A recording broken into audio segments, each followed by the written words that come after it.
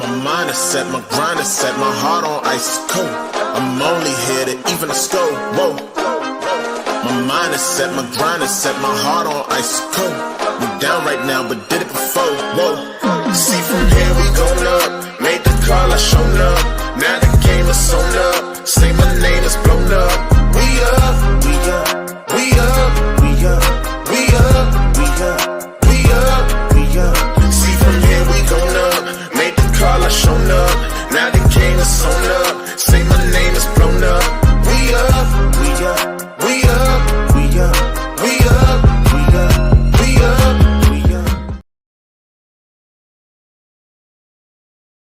What up, Night Nation? It's another week in the kingdom. It's your boy Roger hitting you up. It is episode number 102 this week, and we're excited because we're going to be talking UCF versus UNC football, and we've got some of our Tar Heel bros from the Big 12 Huddle that'll be helping us do that this week. As a reminder, we're the only podcast that features a former UCF national champion, a former UCF radio host, an ESPN analyst, and hoops player, an infamous rapper, our resident influencer and IG star shooting the breeze, talking UCF sports. Remember to like and follow us on IG, YouTube, and check out the 70-plus teams and conferences on the College Huddle. The Big 12 Huddle, 4th in Florida, and our new stream coming your way. So super excited this week. Like I said, we're starting our series where we're going to have opposing fan bases each week come and join us and help us preview this week's upcoming game. Obviously, UNC is a big one. We've got K-State lined up for the following week, thanks to the Big 12 Huddle.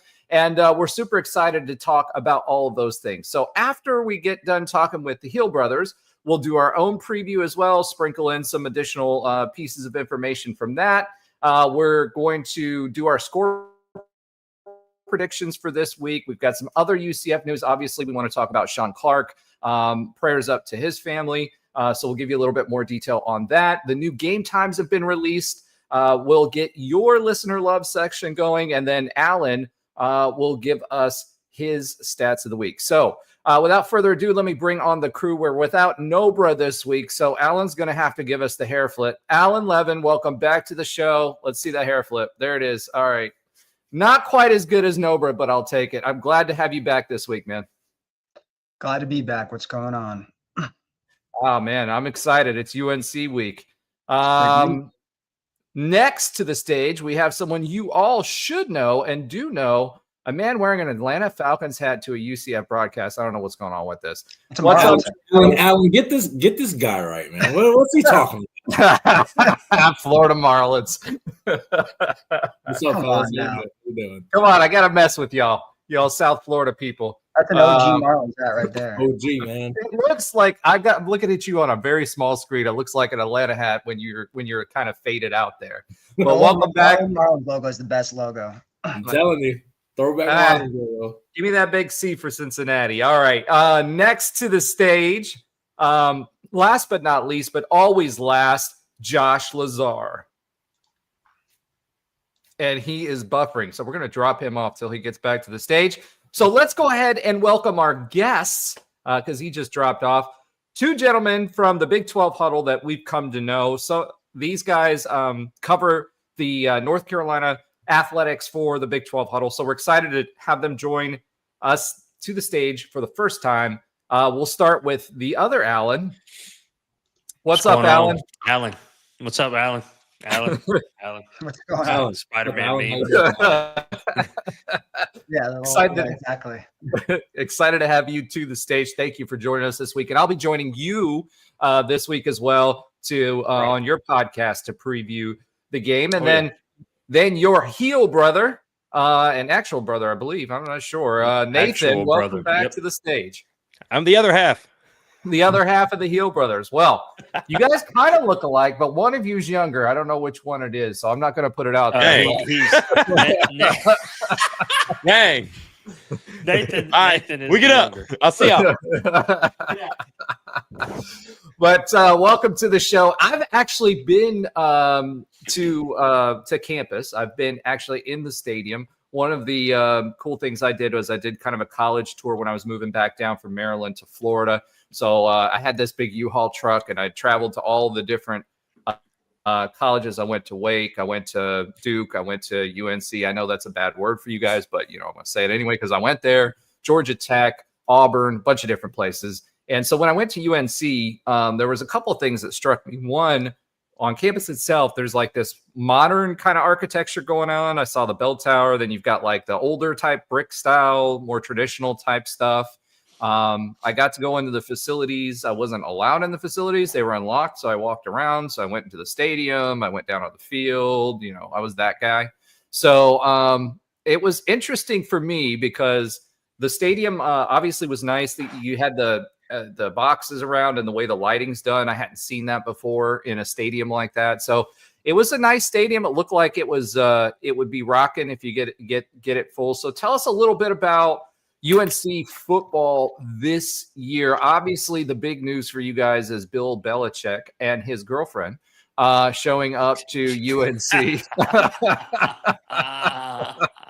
So I don't know which one. I think we're going to get that 12 times this year. Oh, you absolutely are. I don't know which is the bigger news. The TCU guy was one of them. He was like, man, he was like completely infatuated with old girl. He had the hots for her, bro. Well, I mean, I'm not like that, but obviously she draws a lot of attention. And honestly, one of the things preseason that I was talking about coming into this game was talking about what kind of effect all of that drama would have on the football team and their ability, and Bill Belichick's ability, because she's on the field during practices. She's doing the book thing she had going on, all this stuff and distraction. Do you think really, I hate to lead with that, but do you think really Belichick coming in or with her and the drama that's involved, is that distracting the team at all? Obviously, you guys have 70 new players, I believe, on your roster. We have 69 this year, so we're kind of in a similar spot. But how much turmoil is that bringing to campus and the football program? You want to leave that one to me, Alan? I see the look, so I guess I'll go ahead and go. Okay, so the national media really picked up on Jordan Hudson immediately, just because, and more power to them. I mean, they got to talk about something until we could get to actually being on the field. So the question if Hudson was legitimately an issue was something that was brought up early. As soon as Bill got here, that was a question mark. Thankfully in our space, we've been blessed enough to be able to have some reporters that will actually legitimately talk to us and we can have conversations with off the record. And I asked him, straight up, this is a guy that's able to get into the buildings that we're not able to, that clearly seemingly you got into, that we didn't have a conversation. How in the world you got in and we did it. So, they were able to get into those buildings, see that they're in the, around the team for press conferences and light practice work. They didn't get to see a ton this year. But that conversation died very quickly with her. Now there has been, video. Oh, she was on the field. She was on the field for the spring event. We got rid of the spring game, which I love the spring game, but they did a spring event. It was really just like a very quick scrimmage, few plays, nothing crazy. It was really much to it. She was on the field for that, but a lot of people were on the field for that. As a matter of fact, I didn't get to go, unfortunately, but there was a ton of fans could actually come down onto the field, on the sidelines, which I thought was actually a really cool thing. And I wish I would have been able to go to that. But then the video comes out. I think it was last week after the Charlotte game. She was holding the door open for TCU. She was on the field really quickly, briefly for pregame. And then she was up in the box having a good time. And then last week they saw a video of her holding the door open for the team as they were, I think, coming. I don't know if they were coming back into the locker room or coming out of the locker room. I can't remember what it was. But as far as her being a distraction to the team, no, that is something that people pick up. They try to run with. The team don't really care. She's not in day-to-day operations inside of Keenan. That is something confirmed from our sources on the inside that they get to see this stuff. She's not there. So it's not been an issue. It's been something that kind of the national media is kind of having some fun with, and screw it, why not? You get age difference like that. Bill, do your thing, brother. As long as you start with football games, and so far back-to-back games. Hey, so there we go. There goes that. But well, issue. And kind of bringing it back to football and Bill Belichick and his effect, right? So obviously from Bill Belichick, you've seen the memes, the hoodie, the Darth Vader kind of look and all of that stuff. And, we had George O'Leary back in the day. He came from the NFL and came to UCF and Trey actually played for him at his very last season coaching. And he was always known as like gruff, no nonsense. He would joke with the media and stuff and be nice to people. But, when it came to the football field, he was a very old school coach. And Bill Belichick obviously is known for that as well. In this era of NIL and what these kids are, I mean, they're a lot softer. They have a lot more power in the dynamic. How has Bill Belichick worked into like the college system and recruiting? Is it a net positive? Like, what do you guys think of Bill Belichick, coming to North Carolina? And let me do this real quick because Josh Lazar is back. So truly last but not least, but always last, Josh Lazar. Hey everyone. And yeah, don't break up the flow for me, but now we have a 6 box. I wanted to bring you in, right? Maybe you can wrap after the guys are done, but like for right now, we didn't win a game. We won the bye though. Don't you have a bye week wrap? Come on. We won the bye. We went bye. All right. So guys, back to you, Nathan and Alan, just kind of talking about Bill Belichick, his influence. How's he like integrated himself? How did it go with recruiting and NIL? Like, how's that whole dynamic working? Obviously, he's a big name, big with the boosters. You saw at the football game, you had Michael Jordan there and a bunch of other people, right, that were famous people. So he's bringing people back to UNC. But how has he been with the players, and what kind of feedback are you guys getting out of the locker room of what it's like to play for him? Well, Bill got they hired him in December.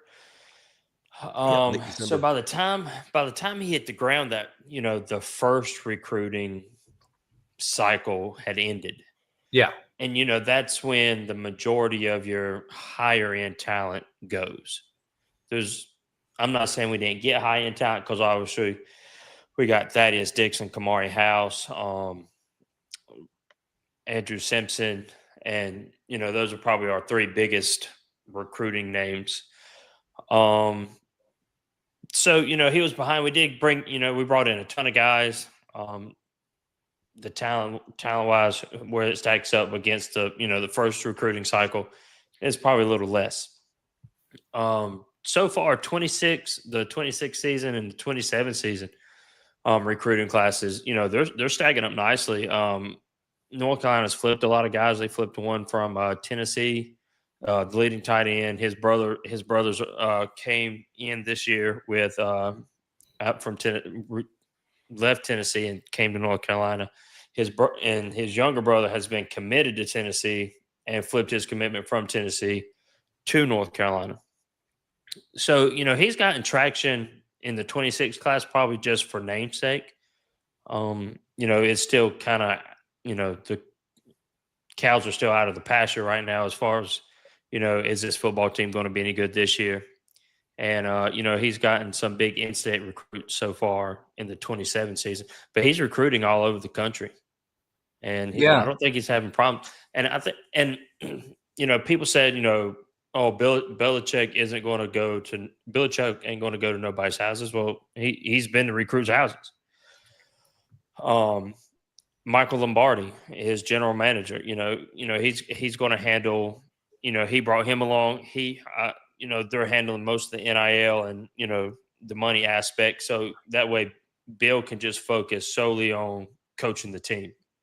He's got assistants and other coaches that can deal with the money aspect, the agents, and all whatever all comes in that NIL bubble. So he don't have to worry about the money and the finances. He can just focus on the recruiting, the talent scouting, and coaching.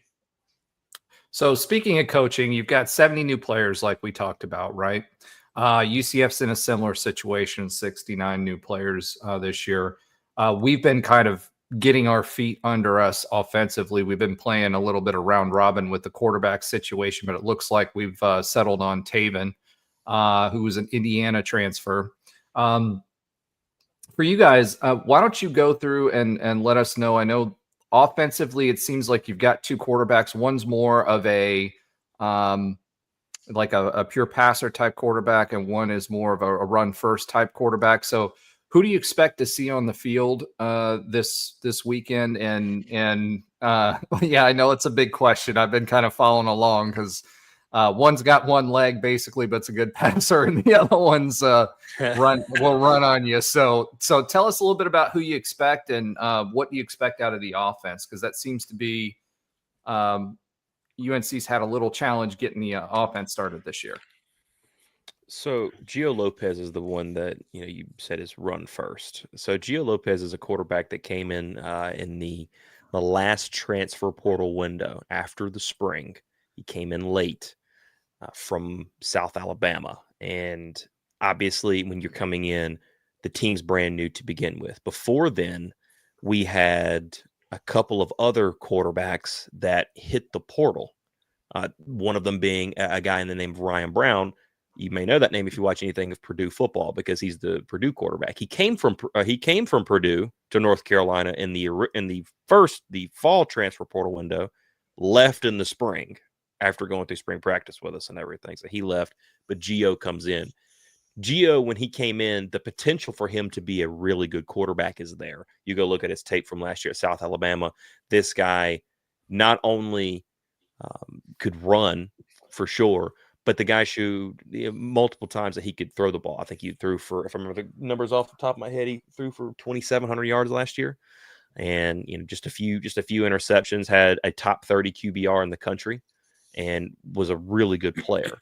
So the issues that we're having offensively, I believe there's a little bit of a mixture of a lot of different things that's going on. And it's a conversation that we're having more and more, because Freddie Kitchens is our offensive coordinator. Now, Freddie Kitchens has been with us over the last 2 years as a tight ends coach under Mac Brown. Did a great job in that tight end room. Bryson Nesbitt, John Copenhaver, two great tight ends that are currently playing in the NFL as we speak right now. As a matter of, and so he comes over. He's the first hire for Bill. He's the first hire, brings him in as offensive coordinator. Now, I think I can speak for just about the majority of the North Carolina community when they said that we were very baffled by that decision. And you go look at Freddie Kitchens' track record, you can kind of understand where that comes from. So as he was hired as OC, we didn't really understand why, but hey, let's just trust Bill on this. Let's just see what happens here. So as the season starts out, you guys see the TCU game. It's ugly. It's ugly as I'll get out. The offense is just 48-14. Yeah, completion percentage was 40% in that game. So 4 for 10, only through 10 attempts, which is what really jumps out at me. Is you had 10 attempts the first game, 25 the second game, 18 the third game. Completion percentage went 40, 68, 55. So that Charlotte game, you guys were able to complete some passes. Most of them seem to be short yardage when I look at the longs, and when I look at the average, 6.9, 6.2, 6.6. That's going to be short yardage type plays with higher completion percentages. And then obviously the QBR went up, or the rating went up. But that's was something that jumped out. And then the Richmond game and the TCU game, the other thing that jumped out to me from a quarterback perspective is that there were 2 sacks on each one of those games. And against Richmond, you wouldn't expect that, right? So I think as you talk about the quarterbacks, how are they matching up with the linemen, and how's your O-line put together? Are they pretty much new too? Because our O-line's we only had one guy come back for our O-line. So is that kind of your situation as well? Yeah, there was 2 guys that are back on our offensive line, and that's a guy by 3 guys technically. Trey Green, Aiden Banfield, who was a true freshman last year and started every game, I think, outside of maybe 1 or 2 because he had an injury issue early in the season. And then Austin Blasky, our center, who's been hurt the entire year so far. He's supposed to be back, not for you guys, but our next game, which will be 2 weeks after you guys, which will be Clemson at home. That's when he's supposedly supposed to be back. He broke his foot in the middle of fall camp, and we've really missed him. So you've had some young guys and some transfers, one from Holy Cross and Christo Kelly. He's been starting there, and another one in Chad Lindbergh, who was originally a Georgia commit, stayed there for a few years, never saw the field, went to Rice, had a decent season, and has now come to North Carolina. And this entire offensive line is trying to figure out who in the world that they are. We got a true freshman starting at left tackle in Aiden Buchanan, who's done a fairly good job. Here's some times. If he's up against some real senior guys, then he's going to have some issues being true freshman. Guy just came out the high school football field. He rolls into Kenan Stadium. Hey, by the way, you're starting on Saturday. Have at it, Captain. So you got that. But Max Johnson has not been a factor at all this year. They've put him on the field for a few plays in the back half of that TCU game after Gio got hurt. He got hurt, lower back hip, I believe it was, injury in that game. But Max Johnson hasn't seen the field since. He is sitting back there as a senior guy, and I'll let Alan go into that a little bit more on this because it's been a conversation that we've had through our Sunday Tar Heel and everything else. But Gio, the team wants Gio to be the guy because, and I'll let Alan go into this a little bit further, there could be a higher potential with him, right? But the offensive struggles overall, I believe, is a combination of play calling because Freddie Kitchens wants to run the ball. And I'm talking about run the ball so much that on 3rd and 13, hey, by the way, we're going in power and we're running on an inside zone. After we've done it 2 straight times to begin with. Not even a screen or anything like that. That's another thing he loves running screens, but he doesn't disguise them. There's no disguising whatsoever. It's like, hey, you on the other side. Yeah, you. We're going to be throwing over here. Meet us there in about 5 seconds. That's how bad it's been. Alan, you go ahead with quarterback position. Trey, and I'll say this real quick, Alan, before you start. Trey, as a defender, former defender, and Trey obviously as well. You start doing that makes life a whole heck of a lot easier for the opposing defense. And on top of that, if your offensive line has that kind of challenge, because you mentioned offensive line, our D line is actually one of our strengths for the season. Very seasoned. We got 5 stars on the defensive ends. We've got 2 really well, and we've got 2 really, really good. One's a 4-star, former 4-star player. Interior D lineman, and we've got a rotation that they're about 2 deep. So that's actually expected to be a strength for us this year. NFL guys as well. They're NFL guys. So if your offensive line's struggling, that's gonna be rough. Woohoo! You sound excited. Yeah, this is gonna be a good game, guys. Holy smokes! I'll play devil's advocate. The TCU game play calling from Freddie Kitchens and slightly from Charlotte, it wasn't good. Now, you talk to some of the beat writers, and they have asked Bill Belichick, are you guys still evaluating players? Could y'all still be evaluating players? Because during the TCU game, it was just like line shifts in hockey, man. It was just one right after the other. And then, Charlotte, it was the same way. Our running back 1 was 5th on the depth chart. Didn't see snaps in TCU, got a handful of snaps against Charlotte and gets to start against Richmond and just breaks off a 50-yarder, a 48-yarder, ends the game with a touchdown and 140 some odd yards. 148 on 14 carries. There you go. So he's pretty much taken the running back 1 true spot, freshman. just for his ability to do it, I reckon. But anyway, that's not talking about the quarterback, so I digress. When I see, and I am not an X and O, I'm not an X and O's connoisseur. I see what I see. When I see Gio drop back in the pocket, and he's known as this run first guy, one, you see some of our, especially because I was able to watch the Richmond game twice.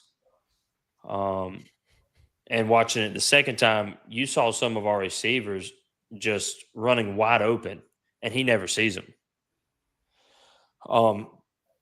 In especially in the TCU game, he would throw it to Jordan Shipp and Jordan Shipp only. He stared him down one time, and the safety, their top safety, Bud Clark, just absolutely read his eyes and just took it to the house. Does he have an arm? Can he air it out? Does he have an arm? No. Our first drives were awesome. Our first drive against TCU, I'm sure everybody saw it because it was the only football game on. Right. But they hit the deep pass to Jordan, Charlotte.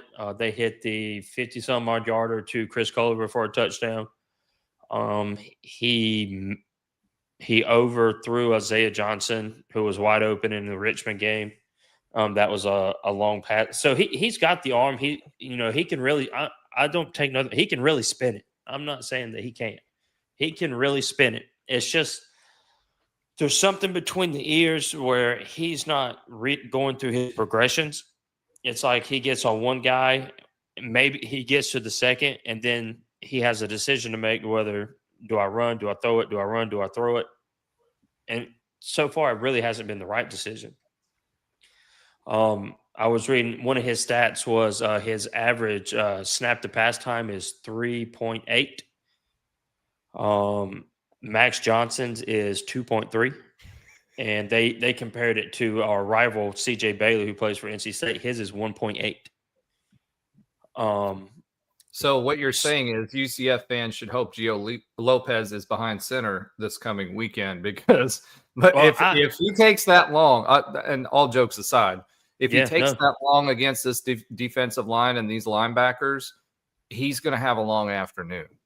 Yeah, and personally, that's a problem, and I think it's because of his indecision. He doesn't know whether he wants to run or whether he needs to throw it, and then it looks like he's scrambling to throw, and then he realizes, well, darn, I'm on one side of the field, and now my options are limited, so I really don't have nowhere to go. And by the time he decides to run, the defenders have already closed in to where he might have been able to pick up 8-9 yards. Now he's only picking up 2 or 3. Right. And so I think I speak for the fan base. I think a lot of the fan base wants Max Johnson to get a shot because when he came in for TCU, now everybody says, oh, it was against the 2s and the 3s. I don't know TCU's depth chart. I don't know if it was the 2s and the 3s, but he moved the ball. He read progression. Like you could physically see him when you go back and watch. He would start on one side and he would go across. I don't see a lot of that from from Gio. I don't see a lot of that progression read from Gio when I see him play football, and I'm just not sure why. Well, I think part of that too is coming from South Alabama. The level of competition when you're talking about defensive schemes, and you're also talking about the speed of the athletes that are on the field is completely different.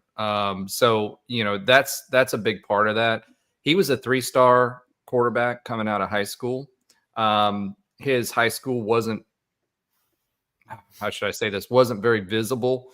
So when you step up in competition, it's less likely that you're going to be able to out-athlete people if you're a 3-star quarterback at a place like South Alabama, because he got recruited there, started there, and then transferred over to UNC. So I think part of that is just he might have experience, but he doesn't have experience either A, running that offense, and B, not being able to just physically out-athlete the opposing defenses. And that may be part of it. I mean, he's 5'11" and a half, so just under 6 foot tall. So he's not very imposing, but he's fast, right? So that's the key there. And for us, when we start talking about that, if that's going to be a strength for him, we've got to be able to maintain the rush lanes, especially with the ends when it comes to that. Last year, that was a little bit of a problem. We bit a little too often.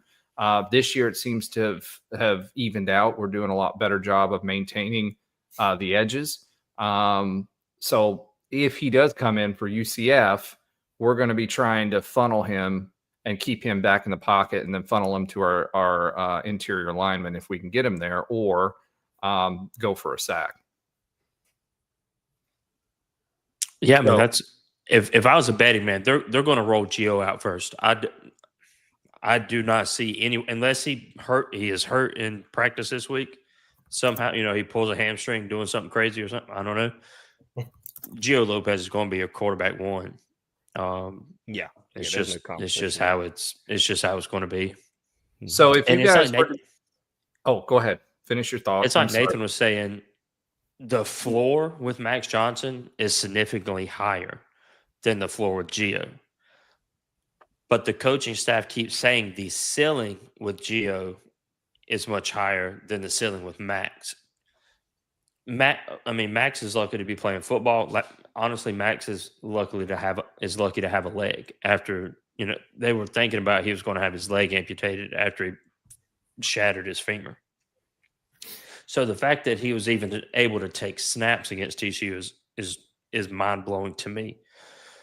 But he's not slow. Max, I didn't think Max was slow. I don't think I could outrun him, and I don't. Drake May, I believe, is faster than Gio Lopez. Yeah. So Gio Lopez didn't surprise me with his speed when it comes to scrambling from the pocket. So let me ask you this: if we were to pivot, right? That's the swivot is our word around here, but we'll say pivot for this one. If we were to pivot and talk about the strengths, if you guys gave me 3 defensive strengths and 3 offensive strengths for this North Carolina team, please help us out with those so we can understand those a little bit better. The first one is number 1. Thad Dixon. That's that it. man is going to shut down one side of the field, and nobody has tested him this year. I think he's literally been targeted in all 3 games. I believe he's been targeted less than 10 times this year. No. None of them 6. None of them have been completions. Every one of them have been either swats, and there was 1 drop. Thaddeus Dixon's not a guy that plays around, and people know that now. Strengths also is our backers. Kamari House is a linebacker, but he's also doubled as an edge rusher. Mekhi Bear is another one. So those backers and our edges are getting better, and they're getting in sync. Andrew Simpson is a hit stick, son. It shocks me at how hard that dude hits. There's times where he's reminded me of daggum Ray Lewis. Just the way he will just knock the piss out of somebody. I love it to death. Dude, the way he hit that one dude in the Richmond game, I felt sorry for him. I was in the stands and I heard the crack, and I was like, That means he was playing real defense. That's how it's supposed to sound. Oh man, like that, and that's something. That's the transfer from Boise. But Carolina has done something really, really good there. So I would definitely say Thaddeus Dixon as number 1. That guy is the secondary is getting better. They had a really rough showing. Marcus Allen, more especially on the left-hand side, and they've been kind of switch. I say left-hand side, but they've been really switching him and Marcus to play the outside. So Marcus didn't have a good first game for sure. Second game he got a little bit better. This last week he played a whole lot better. But he has a pass interference problem. He's just going to get him one at every game. Is he just not turning his head, or is that the problem? Is he's just not turning his head when he's battling for the ball? There's times where that is the case. Those are coming, fewer and far between. But for some reason, TCU was bullcrap. That first one. I think the first one there kind of got in his head. Then they threw over him because he didn't know how physical he could be with the receiver, and it got over his head. And I think that's what just completely just screwed him out of that game, which shouldn't happen. You're supposed to be, next play up. I know Trey can speak to that a whole heck of a lot better than I can, but and the refs should be telling them before the game how they're going to call it too. That's the other thing that's supposed to happen, right? Right. More often than not, they'll tell them how close they're going to call it. Right. And in that game, the reffing was, both teams were trying to figure out what the refs were going to call and what they weren't going to call. There were times where North Carolina get away with something and TCU wouldn't get away with the same thing, and vice versa. And there was a ton of that in that game. So that's not just towards us. That was the entire game for both teams. But So Marcus has been playing a little bit better. I feel like the safeties are playing a little bit better. But the last one, I really am starting to. I feel like our defensive line is playing a lot more fundamentally sound. We've come into this season understanding this is going to be a project, right? And what you want to see is from game to game, this team becoming a more gelled unit that's playing together, playing fundamentally sound. And when they played that first game against TCU, they were none of that on any stretch. In each game, defensively, for sure, we have saw that team. I just saw a stat that North Carolina ranks 4th in the country right now currently in red zone defense. They've had 11 drives and only one Sounds score. about right. That's not good for us, though, because that's one of the things that we've had that's been a bugaboo for the past 2 years, and we're trying to get better at, right? We do really, really good between, the 30s or between the 20s, but once you get to the red zone, that's a place that we haven't quite figured out yet. However, offensively, and I'm going to ask this of you, one of our key differentiators for our offense, and has been with Scott Frost, even his previous stop here, has been explosive plays. Now, both teams, I expect you guys would have less that you've held back, but it was week 1 against TCU, so there's not that much going to show beyond the scripted plays, because they're going to be, adding stuff as you go, and you're not going to show much against Charlotte and why can't I think of their Richmond, right? Yeah. So for us, though, a big part of our offense is popping those big plays and explosive plays. How's your team done against explosive plays defensively? Outside of, again, it's quality of competition. Right. UNC's defense hasn't really given up explosive plays. They gave up the 175-yarder on the first play out of halftime against TCU. Then I think in the second half again against TCU, the running back broke one for like 25, 30 something. Yeah. Outside of that, there's been no explosive plays. But again, it's quality competition. Our athletes aren't getting out athleted, so to speak. So North Carolina's defense, I agree with Nathan, it looks better. And, they're playing with better pad level, especially along the defensive line. The safeties are not getting the ball thrown over their head, and they're more gang tackling. So it's really just outside the TCU game, and that's the only measuring stick against a Power 4 team Power 4 teams that we have. And I think TCU is a better team than what people thought coming into the season. So really UCF is just going to be another measuring stick. Like, where is North Carolina in this growth process? And for you, conversely, UNC will be for us as well, right? Because the two teams we played were Jack State, who was the Conference USA champion last year, but had a lot of turnover, right? And then we played a team an FCS team that honestly, even the coach said we shouldn't have played the game. They lost 3 quarterbacks during the game because our defense was just eating. So, their top 3 quarterbacks went out. So we don't have much of a measuring stick there, but I will say this, Taven Jackson, who's kind of solidified himself as quarterback right now, he is getting better. My concern with Taven Jackson is that he may take a beat too long to make a decision to throw the ball. That being said, he's got a cannon of an arm. I mean, he can throw 60 yards accurately, no problem, and with just a flick of the wrist, right? So it'll be interesting to see, because to me, I think Taven's performance, especially throwing the ball, and we like to spread the ball around. We don't just, we're hitting tight ends now. We're hitting the short game. We're in intermediate game, and we've got guys that are running more complex routes over the top. They're going to offensively, UCF is going to test North Carolina's secondary early and often to get the run game going. Well, that to me sounds like North Carolina has a better chance of winning because they with Thaddeus Dixon, now I don't know what they'll do against UCF. I don't know how many top grade wide receivers you have against Richmond. Thaddeus traveled with their best receiver. That's the first time I've seen Thad follow one guy. Well, he also did the same thing with Eric McAllister for TCU.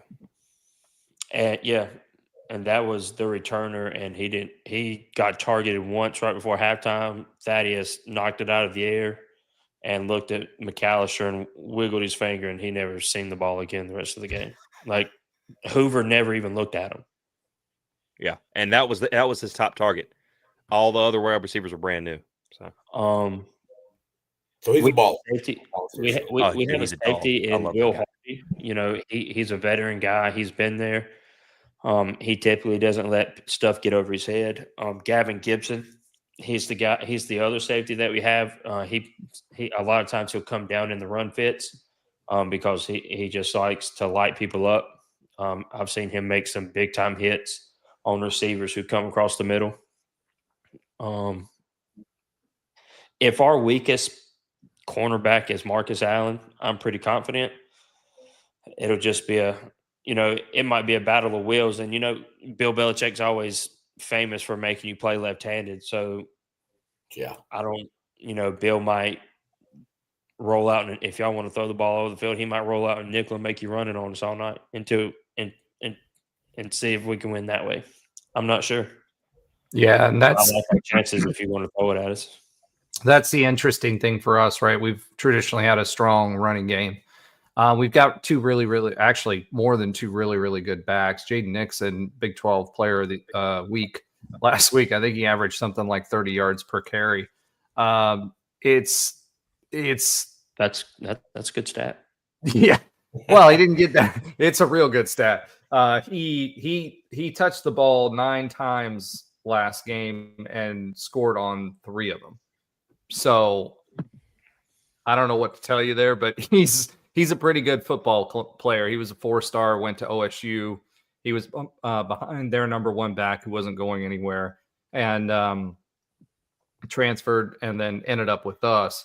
And then so we've got a good running backs. However, our pass pro is much better from an offensive line standpoint than our running game from a lineman's perspective, right? So it'll be interesting to see how we mix it up. We do like to run. We will run through or try to run through the A gap to set up other plays. So they'll try to lull them to sleep and play like a run our guy 2 times through the A gap, show you the same play, and then pop one over the top out of that look.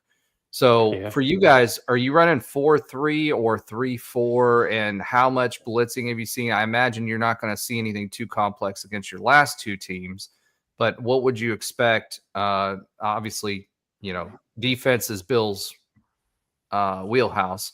What would you expect them to run? A 4-3, a lot of blitzing? That's kind of what I'm expecting. TCU, they ran a 3-3-5.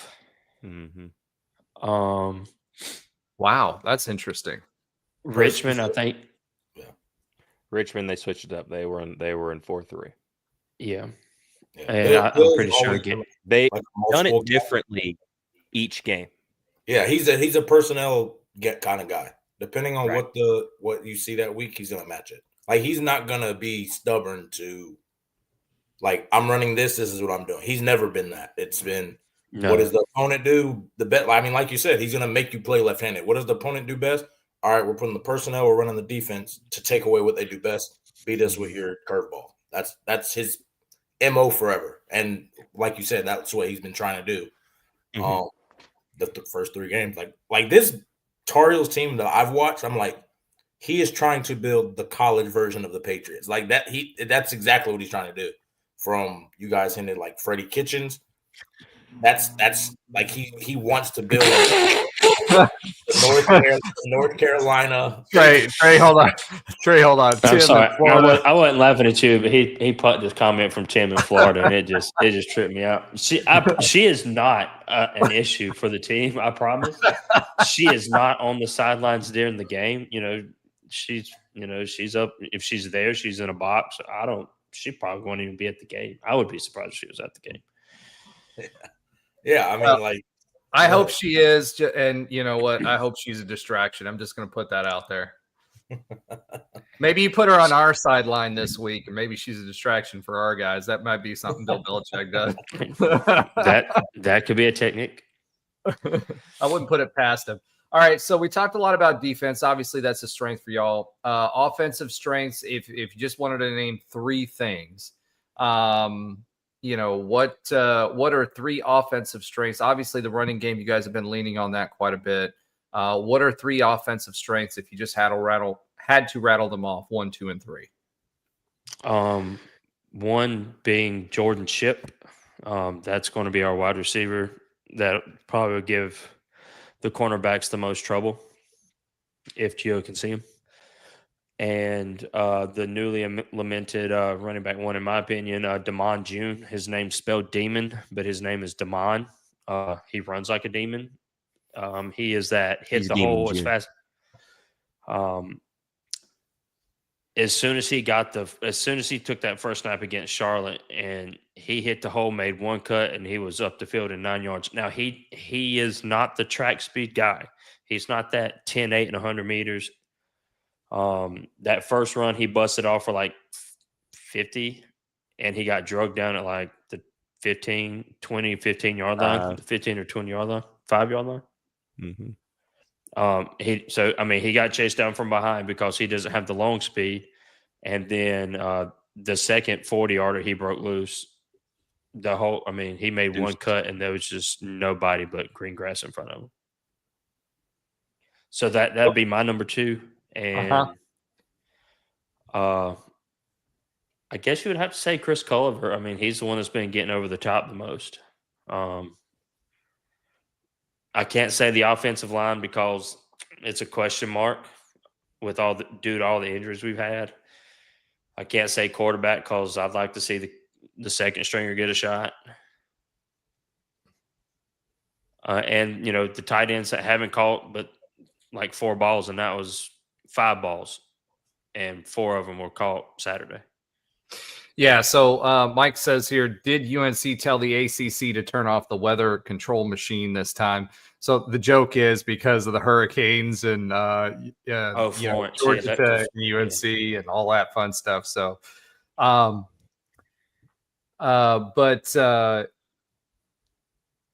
yeah, it's one of those things that.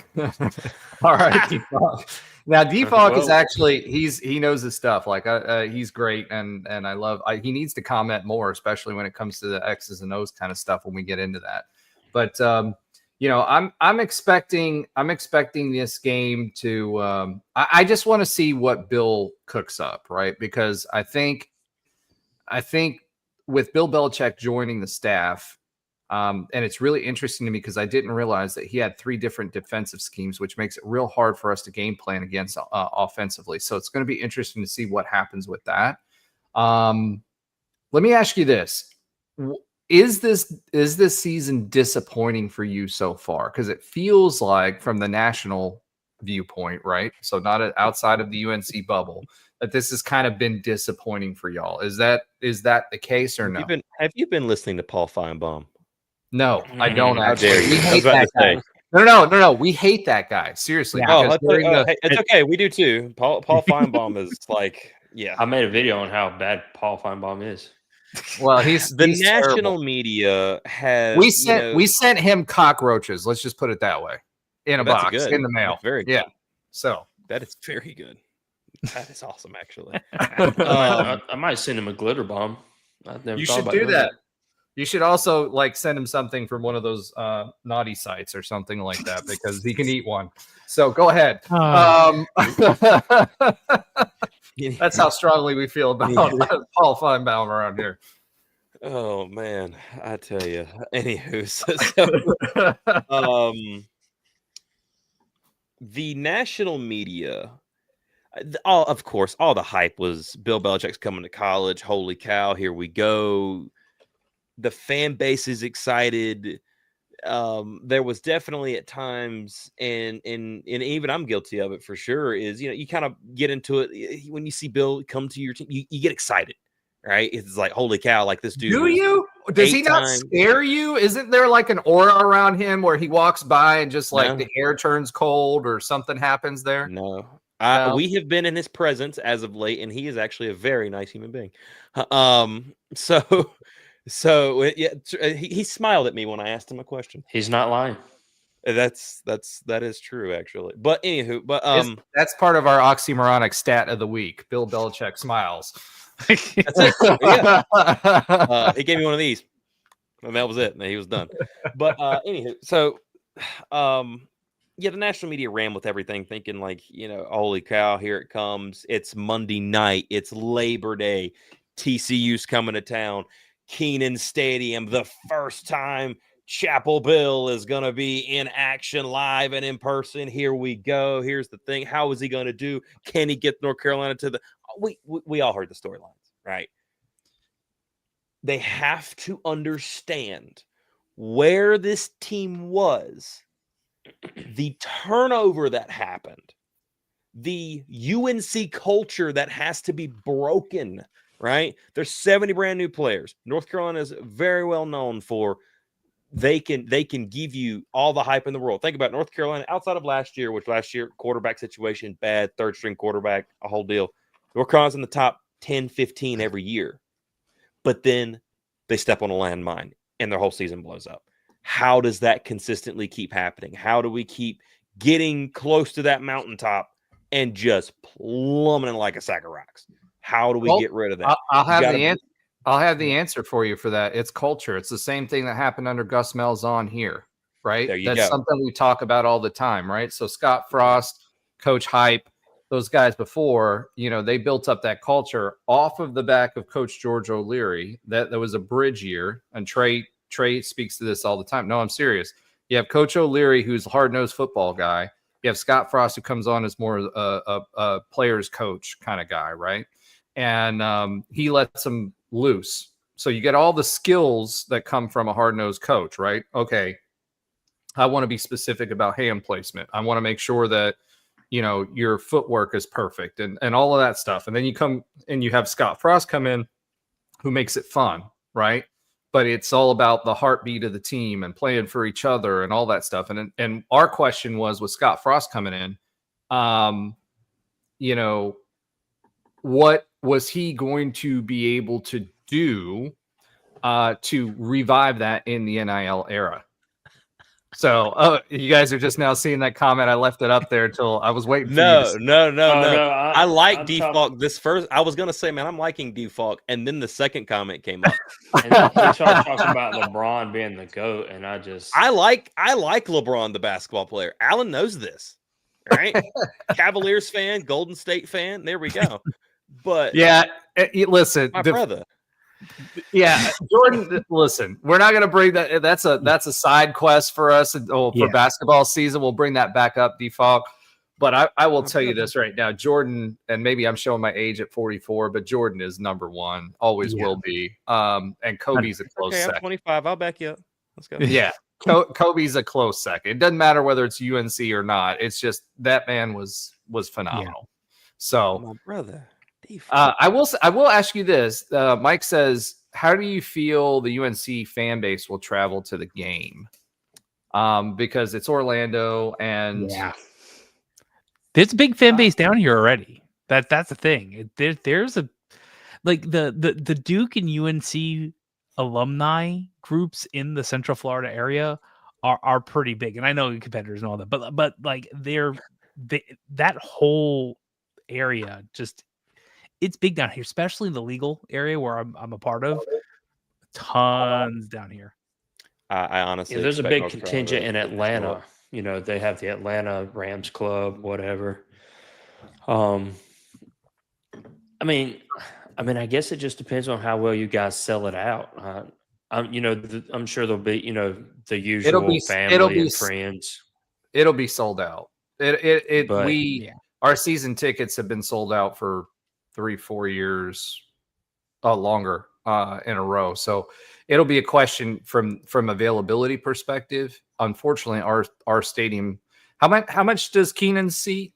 Isn't it 55? Yeah, we only seat 44 and change. We used to seat 46. So there'll be a section there. I don't think many people will be selling their tickets for this game. Although they'll make a pretty penny if they do. But I don't think many people will be selling their tickets because it's Bill Belichick coming to the game. And this has kind of been hyped up for us, even though we're excited about the Big 12 season, obviously, again, right? But for you guys, this game is like huge. I wouldn't say the game is huge. I would say everybody wants to see the novelty. It's like last year when Colorado came. Like, Coach it was Brown. a conference game, but it was more of the. How'd y'all do? We sucked last season. There's a reason. There's a reason Gus isn't here. Let me put it to you this way: Gus was putting us into Miami territory, and what I mean by that is we won the offseason, but lost during the football games because he didn't know how to manage rosters. He knew how to get rosters. He didn't know how to manage them very well. So that's the biggest problem there. Huh? The prior Miami. This new version of Miami. No. It's okay. Don't worry. Miami still found a way. They'll still find Listen, a way. all I got to say is like y'all better not They let will them not win let the you down. ACC. Yes, Do not please. let them win the ACC. That's all I got to say. They always implode. They always. I know. They're just 22 like straight years, and they beat the Cows last week, so they completed their mission. Now we're back to Miami hate, but at the end of the day,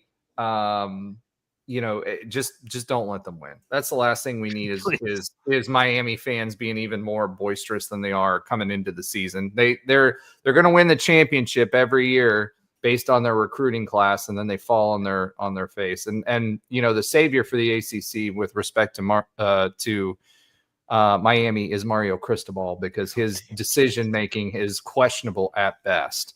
When it comes to that, I am interested in this too. Tim says, "Hey, what's UNC saying about Scott Frost specifically and UCF coming into this game?" UNC hasn't had their media availability for this upcoming game. I think he was asked about it after the Charlotte game. Yeah.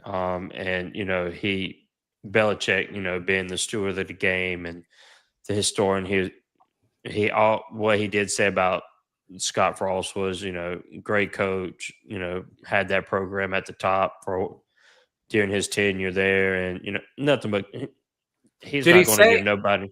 Well, I'm going to ask you material. this: Scott Frost played for Bill Belichick, and when he was in the NFL. What's that? Was that the Jets? Was it the Jets or Pats? I think it was the Jets. Yeah, I think it was the Jets.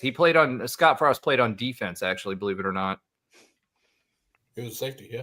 Oh, good. If it's Jets, then Bill will have a little extra hate coming in. That's good. That's good stuff. Yeah, he never liked the Jets or the Dolphins. Oh, and Mike, we don't know. We really don't know. Are we sure Jordan's even coming with? I saw that stupid comment. Are we sure Jordan's even coming with Disney in the same city? And actually, both his sons played for UCF basketball, by the way. Other than a questionable drug habit that one of them has a shoe store right in downtown Disney. So allegedly, let me just put that out there so we don't get sued. I hope he comes. Jordan's been on campus before. He's been in the basketball arena before. So hopefully he does come for this game. I think We're talking about it's Jordan. I think Jordan for Miss Hudson here. I think they're talking about Hudson. Yeah. Now I will say this. Mike says this, and we were going to mention this in. I didn't want to bring this stat up for you guys while you were here, but I guess I'll go ahead and do that now. If UCF wins, Scott Frost will be on a 16-game winning streak as the head coach of UCF.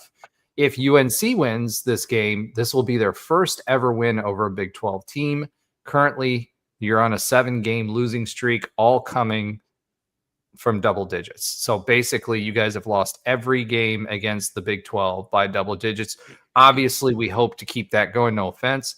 But and thank God you guys aren't coming on the space game, because one, we'd be confused as far as jerseys were concerned. But two, we have never lost a space game, and we annihilate everybody on space game for some reason.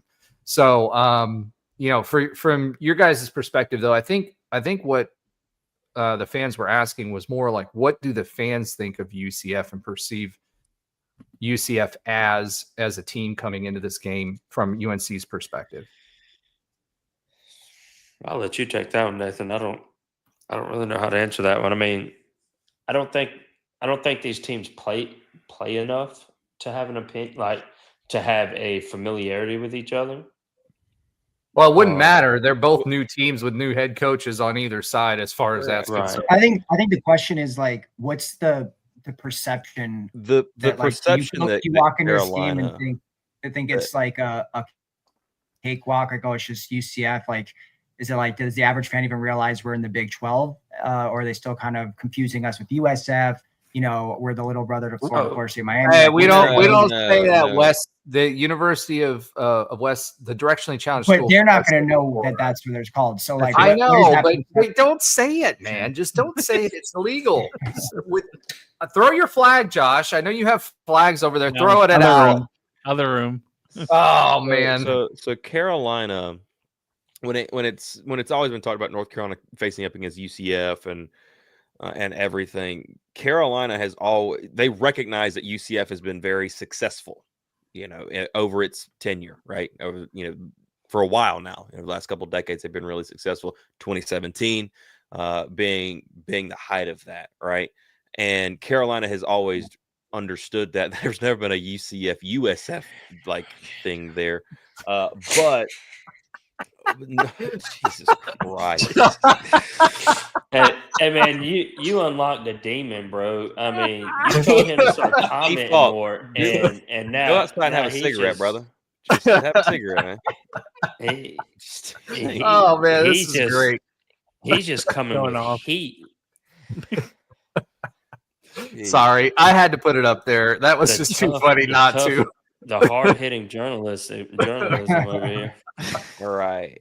But no, they knew that this game for this season, the way it's been going, okay, like you had TCU dumpster fire, but you've played a group of 5, you've played an FCS, and the thing is like, okay, now let's see what we do against a Power 4.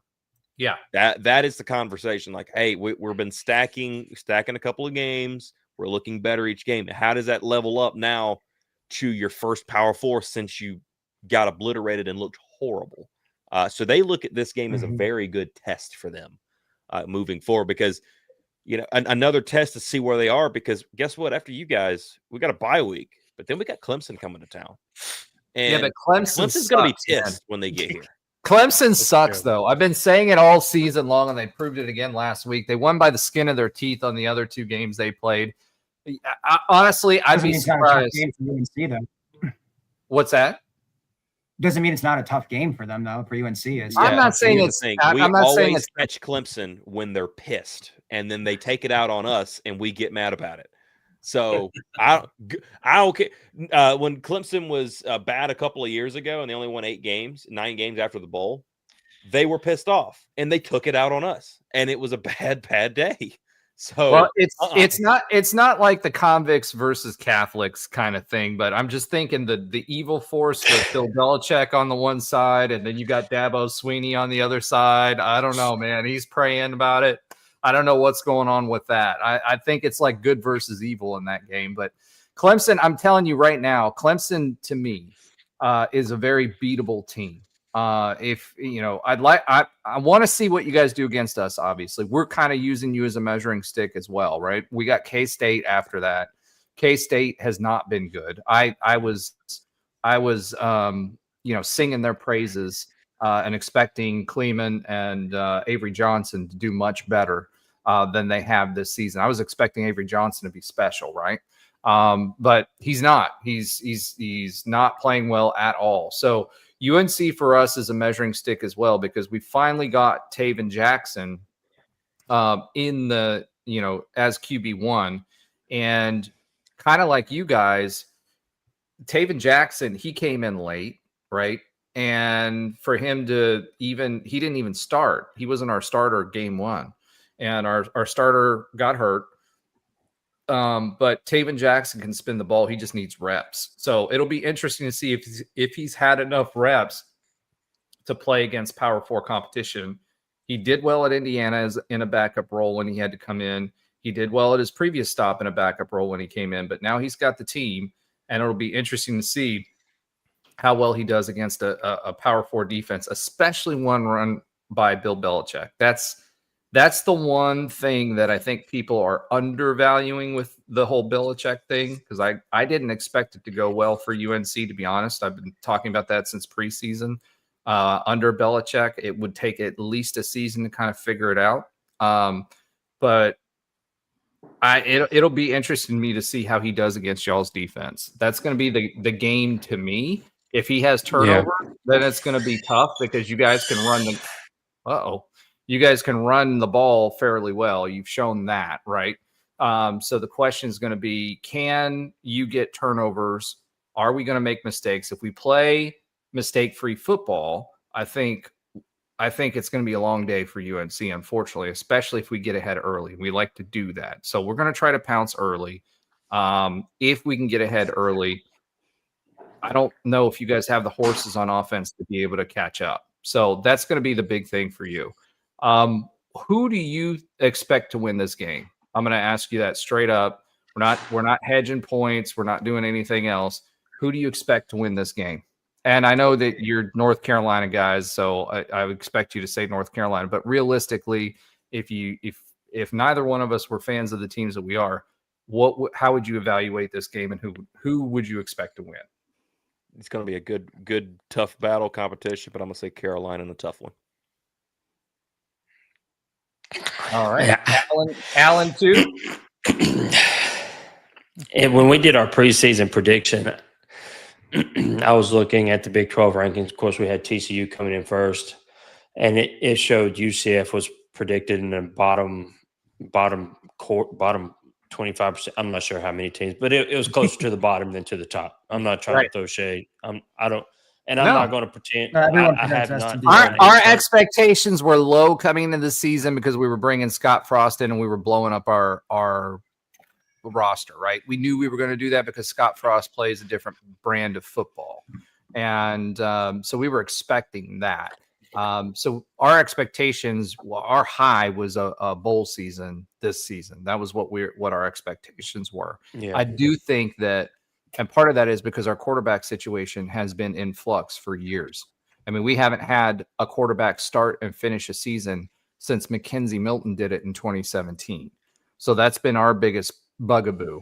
Despite going undefeated the next season, we went in 2018, we went undefeated again. And numerous 10-win seasons since. Our biggest challenge has been the quarterback situation. And I honestly think Taven Jackson is going to have his shot. So according to DFOC, and he knows his stuff. So, all jokes aside, he comes with the heat as far as the jokes are concerned. But UCF was projected to finish 44th in the Big 12 rankings come season. I don't think that was right. I don't think you wrote that. I just talked. You really did expand, didn't you? So you're good to have that same mindset. No, but 44th, I think he meant overall. And in the Big 12 rankings, they had us in the 15th and 16th. But in the Big 12, it's interesting because it's a cycle. You get the top 8 will be and who's predicted to be the top 8 again this season will be the bottom 8 and vice versa in the Big 12. It's just the way it rolls. And he meant 44th out of 60. Yeah. All right. I guess he's not being serious tonight. So we were not picked 44th out of 16, but it's more like 9 or 10 out of 16 or maybe even 11. No, it was lower than that. It was like 13 out of 13 or 14 out of 16. Yeah, it was pretty low. And during the season prediction that we did, picking who we thought would win the games, I picked North Carolina to win this game, and then UCF reinforced it with the 10-17 win over Jacksonville. I watched a little bit of that game and I was like, yeah, these guys really don't look that good. And to be fair, I saw none of the UCF, NC, A&T, whatever that 68 to whatever, that whatever that was. I didn't see 7. any of that. With a late last second touchdown against the 3s and 4s. We were in the 4 deep at that point. So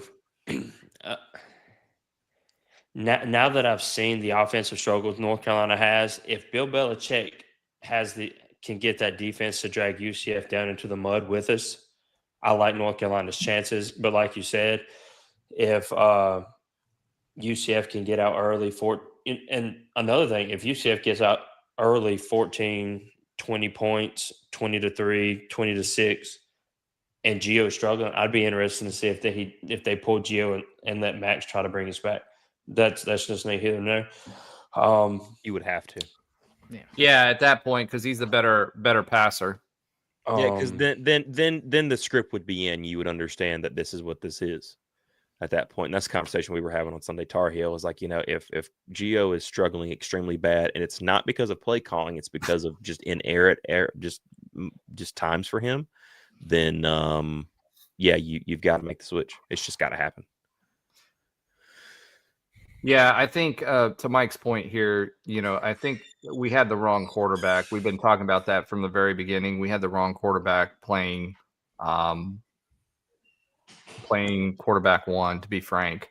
So it's once we got when we got Taven Jackson in there, who'd not been prepped, who'd not been running with the ones, we scored. And then we did it again against NC A&T. The other thing that was interesting with Jack State, and we talked about it on here, was Jack State had a lot of 3. Most they had, just on their defense alone, I think they had 4 or 5 4-stars starting.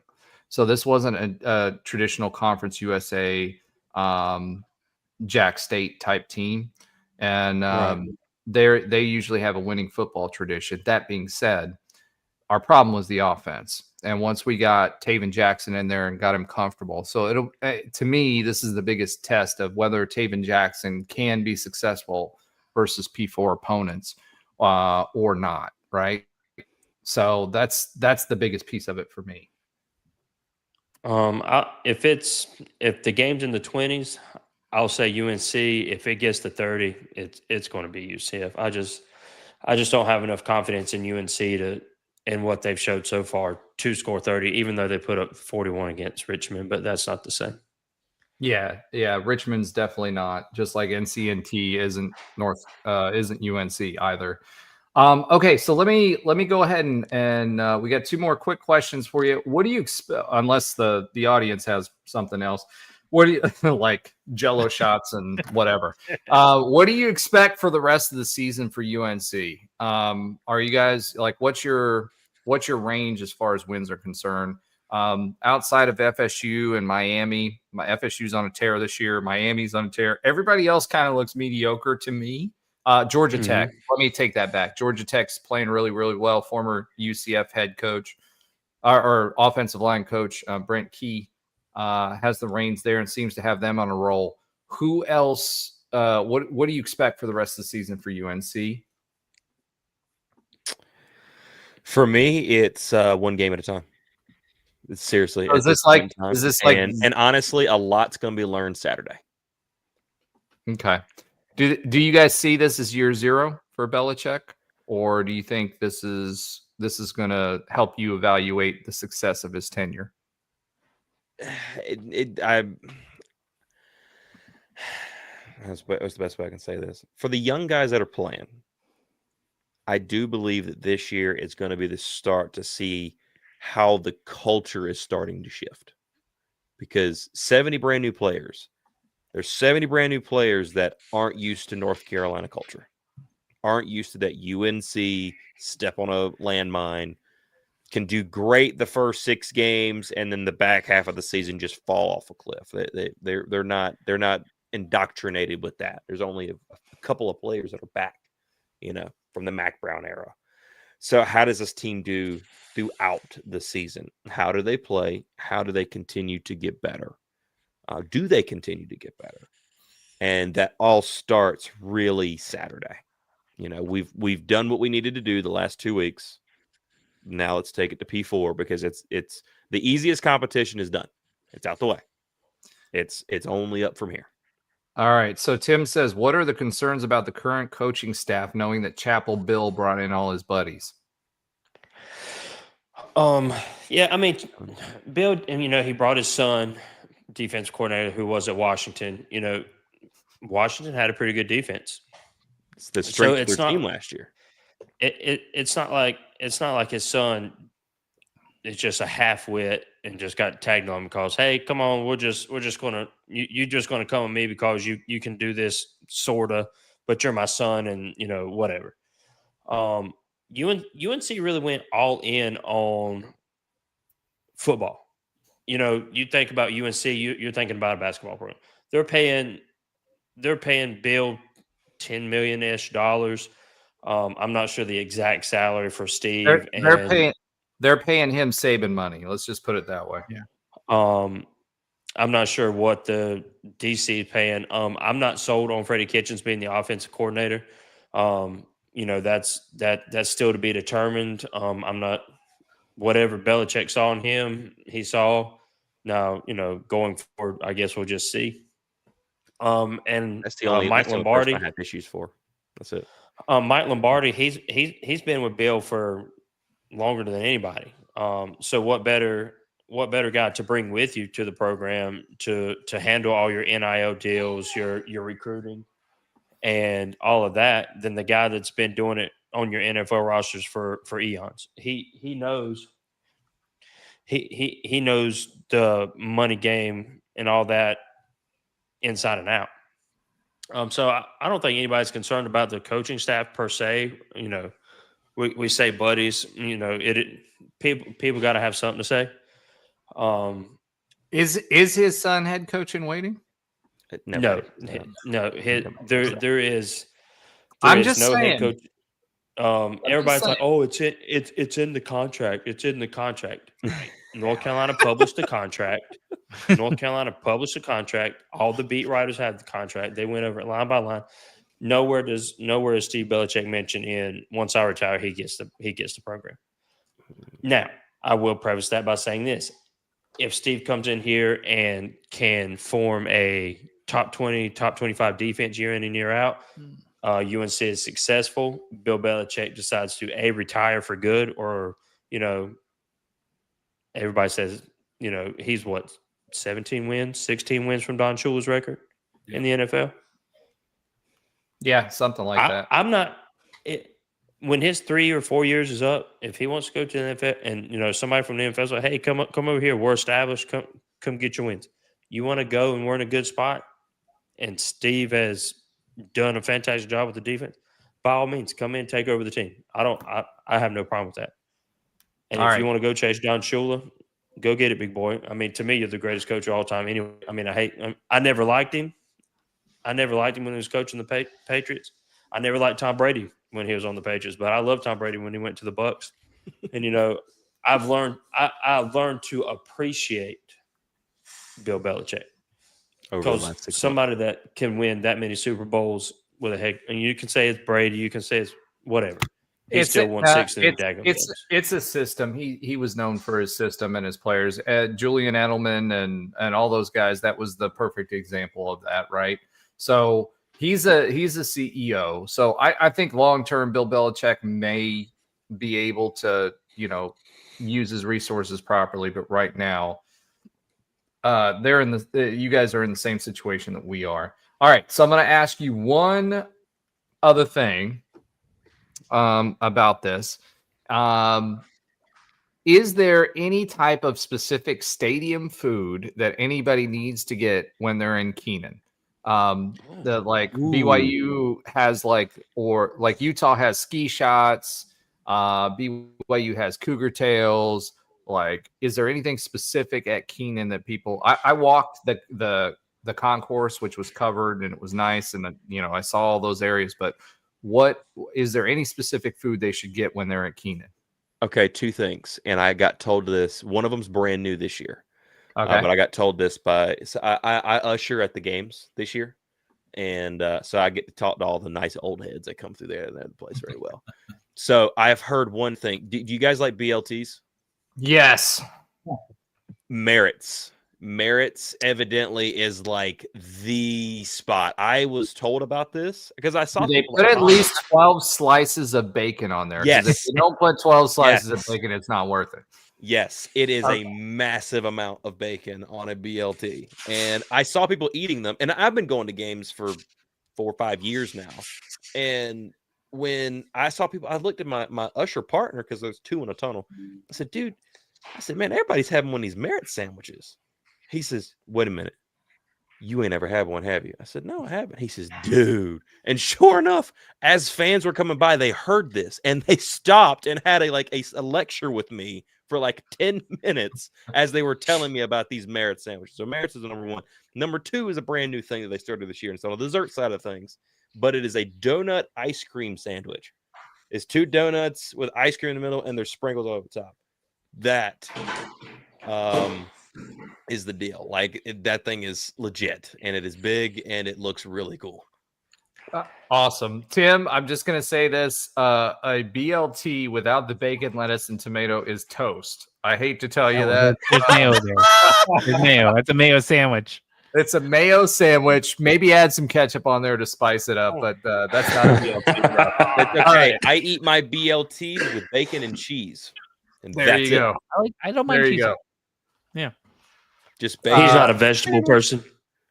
So D Fox says, I know I was giving y'all S, but appreciate y'all coming by. Good luck this Saturday when Bill has video availability. Wow.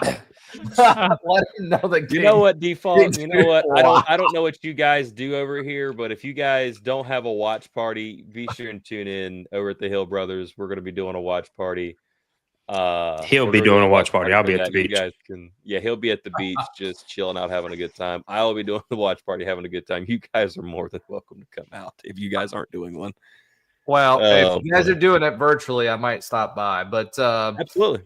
that being said, thanks guys for joining the Heel Brothers. They're a part of the Big 12 network, and like I said, this year we're trying to bring as many of our Big 12 brethren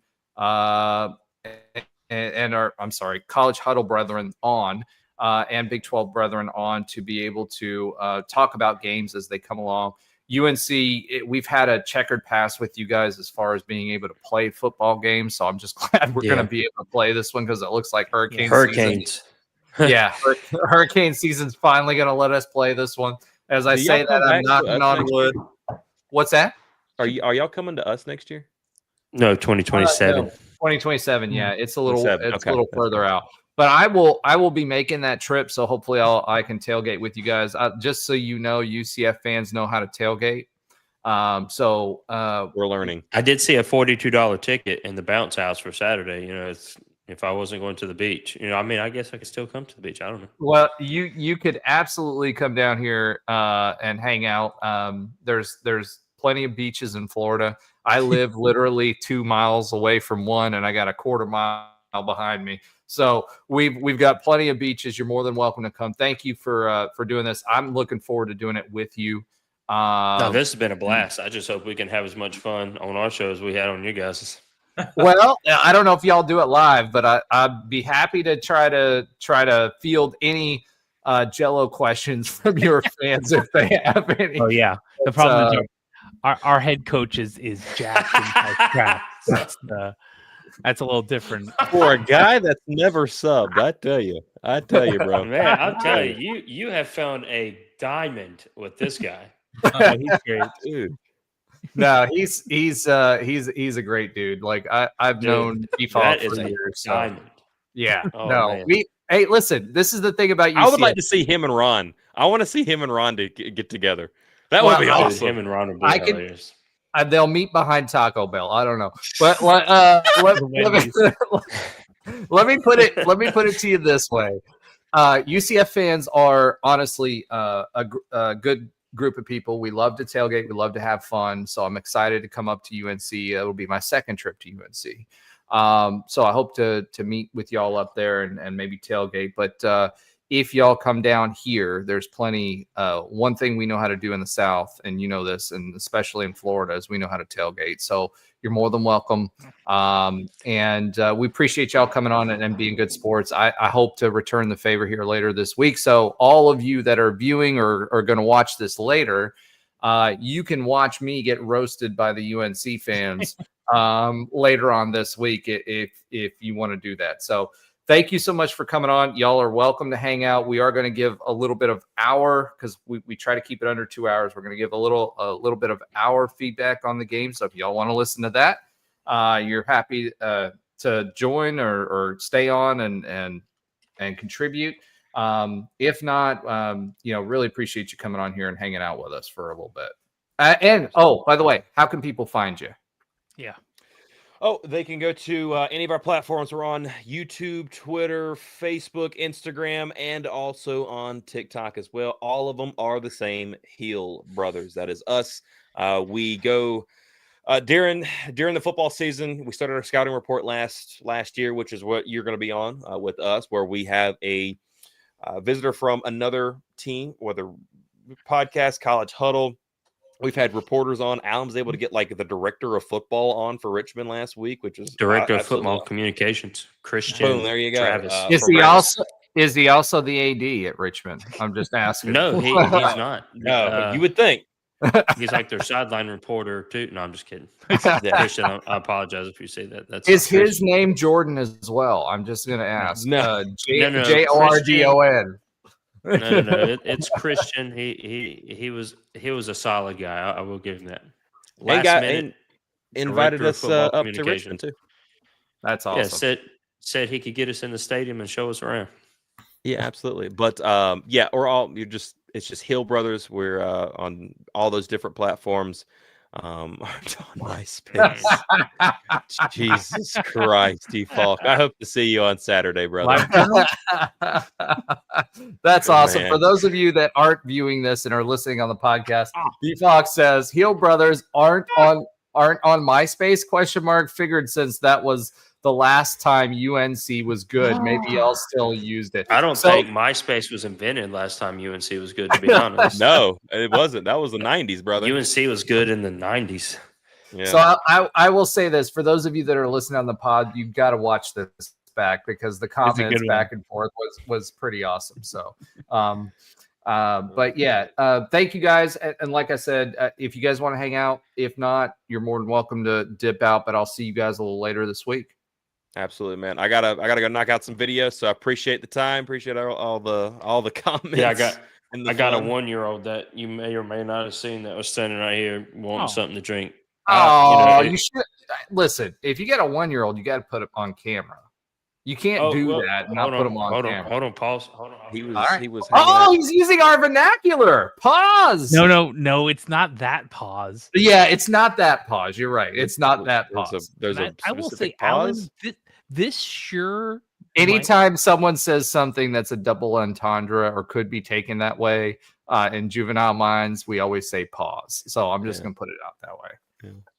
Or B, but in the private chat, there's been a couple, and you might not have known why. I will say that UNC mic cover in white, like that is really sweet. It's actually just a sticker. It's a white Shure MV7 with he got a big UNC sticker. He was just like, I don't know where to put this, so stick, and that was it. Nice. So since mine is black, I might have to do the same thing. So he got us some pop filters that were supposed to be UNC color, but they came in. They were a little bit more on that Dukish blue. That's not good. With it. I couldn't do it. Bro. I just couldn't do it. Yeah, here we go. Here we go. Oh, man. There's a bub. Tell him, hey. That's awesome. All right, so get me off camera. Yeah. All right, so you just got to ask. All right, what color is that Nook that he's rocking there? Is that UNC blue? Because if not, you're failing as a father. I'm just going to put that out. No, it's like don't you worry. It's like Uncle's got it. Uncle's got it it's like covered. a transparent blue. Yeah, that's the Well, that's the that's what- traditional one. You got to get a UNC one. That's your next patent That's idea. what closed the I'm putting cup it out. was. They said I was failing as a father. No, it's not Duke Blue. It's not Duke Blue. That's all that Oh, matters. Oh, no. oh, It's not Duke- everyone's you want to moving say on. hey? Come here. I'm forced to wear a more Dukish blue because I'm a Rams fan, and they just had to change their colors from navy. You know? I'm telling you, you guys got to get on our schedule as a space game because honestly, that would be awesome. Us with our Carolina almost blue. And what we actually did with that, believe it or not, that's the actual color. They took a laser and went out to the Cape because we're a space grant university and took the actual color of the ocean and made it into our uniforms, and it's pretty close to the UNC blue. She said, Okay, default. I can respect that. I can respect that. diehard Rams fan. My guy. My guy. Dude, I got Isaac Bruce, Adam Archuleta, and I want a Marshall Faulk jersey. Okay, I've got a canvas of Isaac Bruce right above my head. So there's a bromance budding right here between Me and default. between Nathan and Default. So we're gonna leave it out there because this is a PG rated show. So whatever y'all do in the private DMs, y'all go right ahead. Listen, I guess thank you so much for joining the show this week. I look forward to joining y'all. That's been a blast. Hey, yeah, and we had a blast. And if there's anything we can do for you when you're in town, let us know. We'll be happy to support you. And I look forward to coming up to Keenan for a game instead of just running around on the field. Yeah. I'm so jealous of that. All right, y'all. You guys have a good one. Thank you. Go Knights. And I don't know what y'all say. What do you guys say? Do you go Heels? And as always, Go Heels. All right. And with that, we're gonna kick them off the Like stage. that. Like that. All right. That was great. Next week we're gonna have K-State on. Thank you guys so much for joining us. All right, let's talk a little bit about this UNC game. We're 131 in. That went a lot longer than I expected, and because I don't like to say band. That was an awesome interview. UNC 2-1 coming off a 41-6 win over Richmond.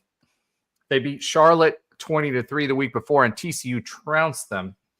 As far as keys to the game this week, I'm going to talk a little bit about that, and then I want to get your guys' perspective. For keys to the game, after listening to them, I think really it's going to be Taven Jackson and how he performs against the P4 defense. That's number one. Can he get rid of the ball fast enough for him to not be picked off? That's what I'm worried. I'm worried about turnovers more than anything else. Two, if we can do that, that will open up the running game because I am concerned, and I hope our offensive line proves me wrong. They've been doing great. I mean, excellent on pass pro, but we cannot become one-dimensional. We've got Miles Montgomery in the background, in the backfield, and look who we have behind him. There's no reason that we shouldn't be able to use those weapons. So I expect us to open the top up really quick to get that. And then lastly, for me, the key to the game is, to score points early. If we can get up 7 to 14 points and make them play from behind, that changes the strategy quite a bit defensively. That was crazy to me that they shared the defensive schemes that they played, because that'll be really, really interesting to see what they play this week. Anything else on the keys to the game for you guys, or anything from an overview? I think, Alan had a question here on who the starting QB is. Scott Frost answered that in his press conference. It's going to be Taven Jackson. The rest of the competition is not available. Our first starting QB still has back problems. He's not available this week and probably going to be out for 2 weeks. Quite frankly, guys, I don't want him back. If Taven Jackson can show out on the against another P4 team, which he's done at Indiana and he's done at previous stops as a backup, if he can play well against this defense, I think that we may have found our QB1 for the rest of the season. And I hope he does, because I don't know about you guys, but that last game, the way that he flicks the football and the arm that he has, if he can be consistent, I think that that can lead to more wins than what we were expecting. So what do you guys think real quick? Well, I'm going to take that defensive idea over there. And my guess is because of the lack of experience from the wide receivers, my guess is they might try to stack a box, take out Montgomery and Nixon or anyone else and make him throw until he can't. And maybe they'll do it. Maybe they won't. But I agree with you. I like I like the concept of the QB and Taven Jackson specifically figuring this out. Like that's what this game is. I think it's him figuring this out, and hopefully like a couple of offensive line not being a swinging door, especially if they're talking about like one of their if that back end you cannot throw to one of those sides. If that's the case, it's going to be just very interesting. So we might get more of those tight end throws that we've been seeing, I guess, in the first game against Jack State. I think it was 7 different throws to tight ends, or at least catches by them. So I feel like that's really going to be a big piece of it. I also feel like the defense is going to be interesting too. And you were talking about it, Roger, during the interview, how our defensive line should be the threat that they can be, especially if Gio is going to be back there for 3-4 seconds. That was the biggest thing that I was seeing in the Jack State game. And again, I know that was a weird game, but if you were counting in your head, they were getting that ball out in 2 seconds almost every single time. Well, And- that's the short game, right? So we were Correct. talking about, depending on who they start, if it's Gio, that's Yeah. what we expect to see is they're going to stretch to the boundary, right? They're going to run to the sideline and they're going to try to do that quick pass. So that means they're going to try to negate the D line. If we start Yes. getting home, that's how they're going to try to negate the D line, and that's his strength. So that's going to be interesting to see how that chess match plays out. Correct. And by the way, Alan Minton, he said UNC interior linemen have improved greatly since TCU. I don't know if you're a UNC fan or a UCF fan, but welcome, because this is, I think, the first time we've seen you comment. So thank you for that. Yeah, thanks. All right, keep going now. Wow, Josh, sorry. No, I truly think it's this. I want it to not be a close game. I mean, the spread's like 6.5 or something like that. Like 49 on the or something around there on the over under. I think they're going to be dead on. I think this is like a 7-point game, a 10-point. Like either way, it's going to be a tight game. It's going to be very interesting to see how that chess match works out. We're not at the score predictions yet, Josh. I'm we're just generally saying it's this. I'm hoping is going to be just a good football game where we can show. Oh, it's our Allen. It's UNC Allen. All right. Okay. Sorry, Allen. Thanks. I totally messed that up. Sorry, Allen. Look, Allen, your picture there looks a little bit different than who we just saw because of the cabin on. Yeah, exactly. Forgive me. Yeah, sorry. Don't blame us. But yeah, I just think it's going to be a really close game. I think it's going to be a really good game. And I feel like it's going to be a chess match until the fourth quarter. And it might be one of those whoever has the ball last wins type of games. All right, Alan. Yeah, I mean, I'm expecting kind of similar to Josh. I'm expecting a good game. I mean, definitely the 6.5 spread feels right for this. Obviously, having the home field advantage definitely helps. I think this is definitely going to be a really, really pumped up crowd. This, not the hopefully not the post game vibes, but this feels very similar. Like I think Roger, you might have mentioned that to the UNC game. I'm sorry, to the Colorado game last year, where it's like that big time coaches coming in. There's a lot of excitement. We're still undefeated. So there's a lot of hype in this game. So it's going to be a fun game. In terms of, like quarterback situation, obviously I didn't realize that Frost had said that. Last thing I had saw that was the depth chart that was released. I know they don't really update it too much, but it still had Fancher on there. So it's good to see that he officially announced Taven, and obviously I think it's the right move. Yeah, I mean, he didn't call Taven out in the interview today. What he basically said was Cam Fancher's not available, and it's basically Taven. So it was more one of those.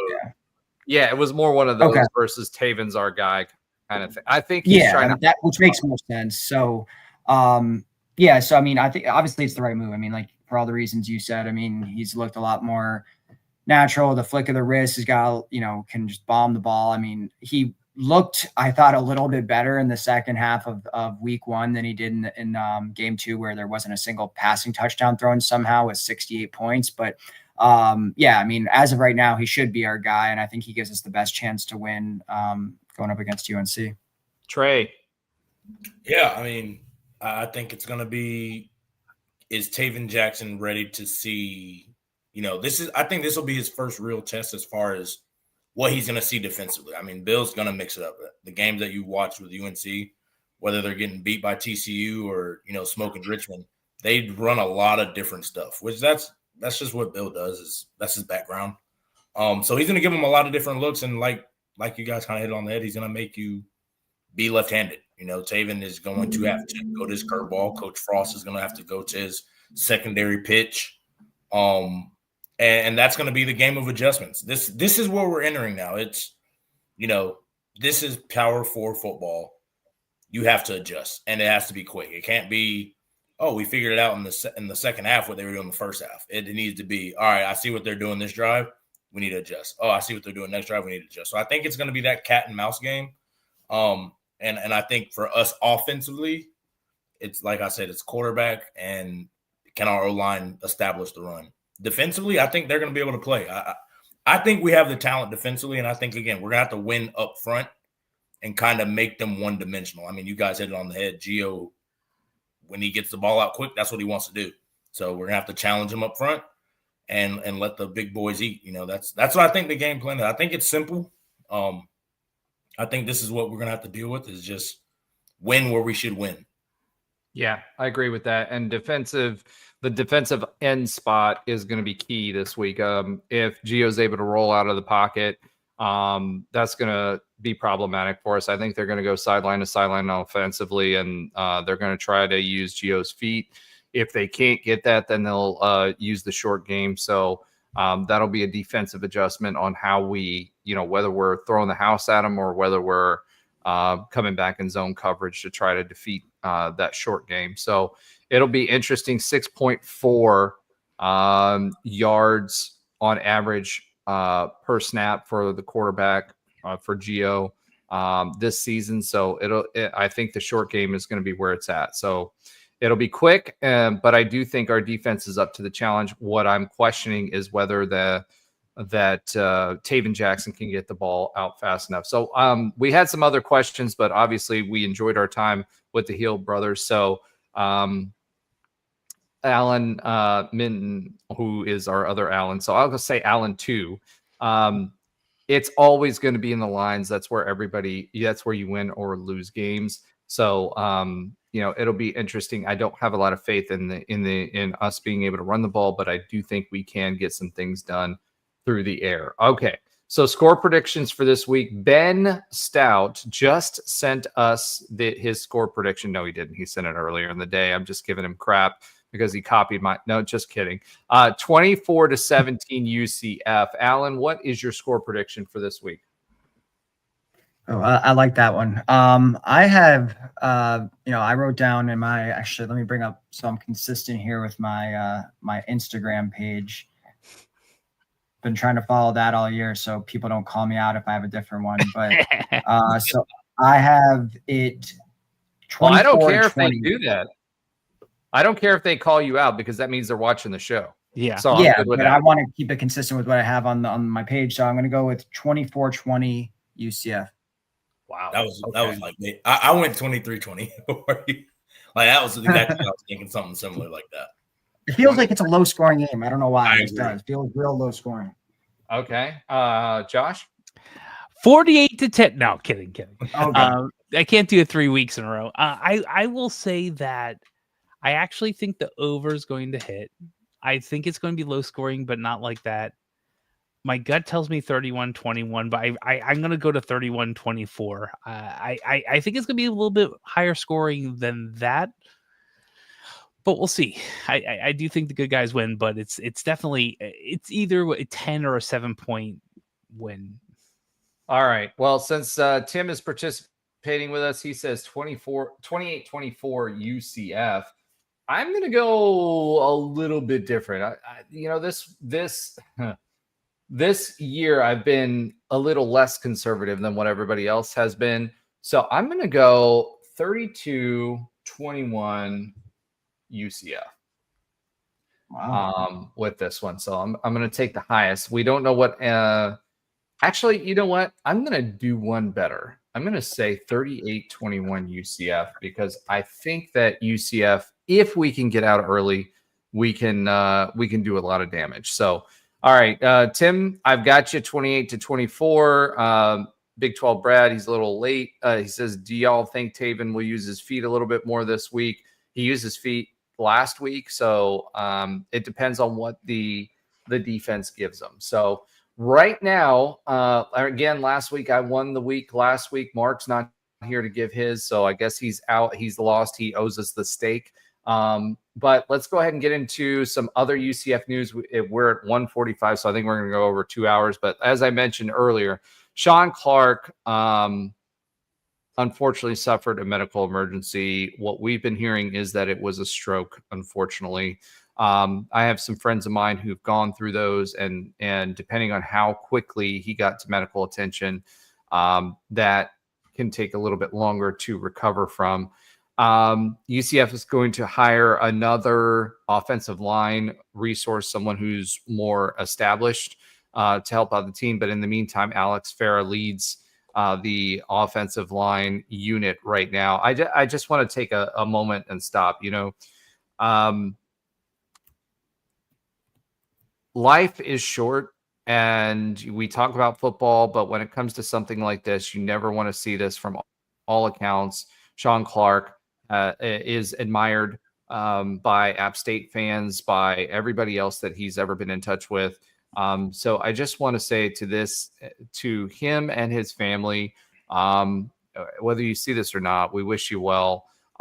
Prayers up. There is something out there right now to help him with medical expenses, as well. I don't have it up, but I'll put it in the comments for the video once it goes live, once I go out and find it. But you never want to see this. The man's 50 years old. He's a head football coach, and but he's more than just a head football coach. Everybody said he's a good human being. So prayers up, wishing him well. Alan says, Alan too, UNC Alan, said prayers up, and I agree. I mean, college football is college football, but when something like that happens, I just pray for him and his family. It looks like his road to recovery is going to be a little bit longer. I don't know what else to say other than I wish nothing but good for him. I know that Scott Frost said in his interview that he was there this week with him in the hospital room. You never want to see that for anyone. So, God bless. I'm going to say it. Whether you're religious or not, God bless. I said my prayers for him. I hope you all do too, and hope nothing but good things for him and his family. Yeah, agreed. Hit it on the head. Agreed. All right. Next, we can talk about the Big 12 scores real quick this week. Big 12 was interesting as always. So this week, Houston beat Colorado 36-20. Colorado did not look good on offense. Houston looked good on defense as I expected. Didn't do anything special on offense, but did enough. Arizona beat Kansas State 23-17. Kansas State is now 1-3. Neither team looked great offensively. Iowa State beat Arkansas State 24-16. I don't know what happened, but they toughed it out as usual. Utah beat Wyoming 31-6.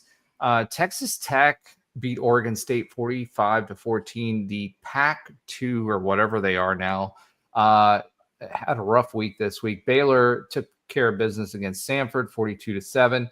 West Virginia beat Pitt in the backyard brawl. So I never had a dog in that fight, but I had a dog in that fight this week, and I'm glad that they beat them. Cincinnati beat Northwestern State. Not Northwestern, Northwestern State 70-0.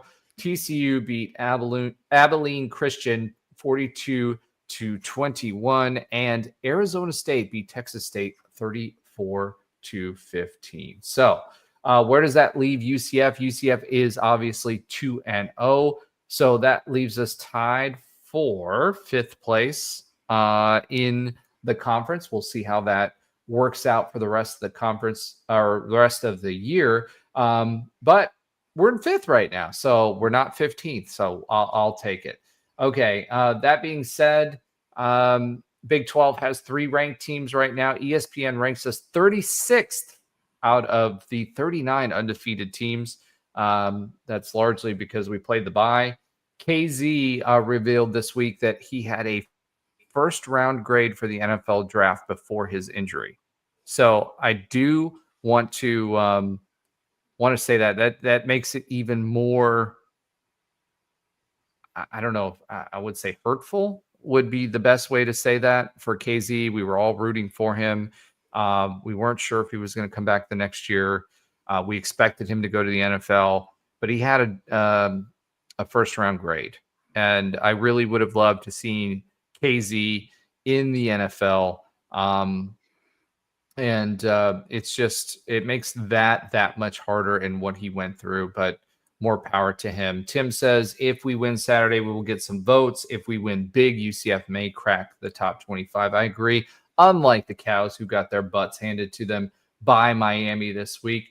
Also announced today, FS1 will be we will be on FS1 versus K-State at noon Eastern. So get your tailgating in early.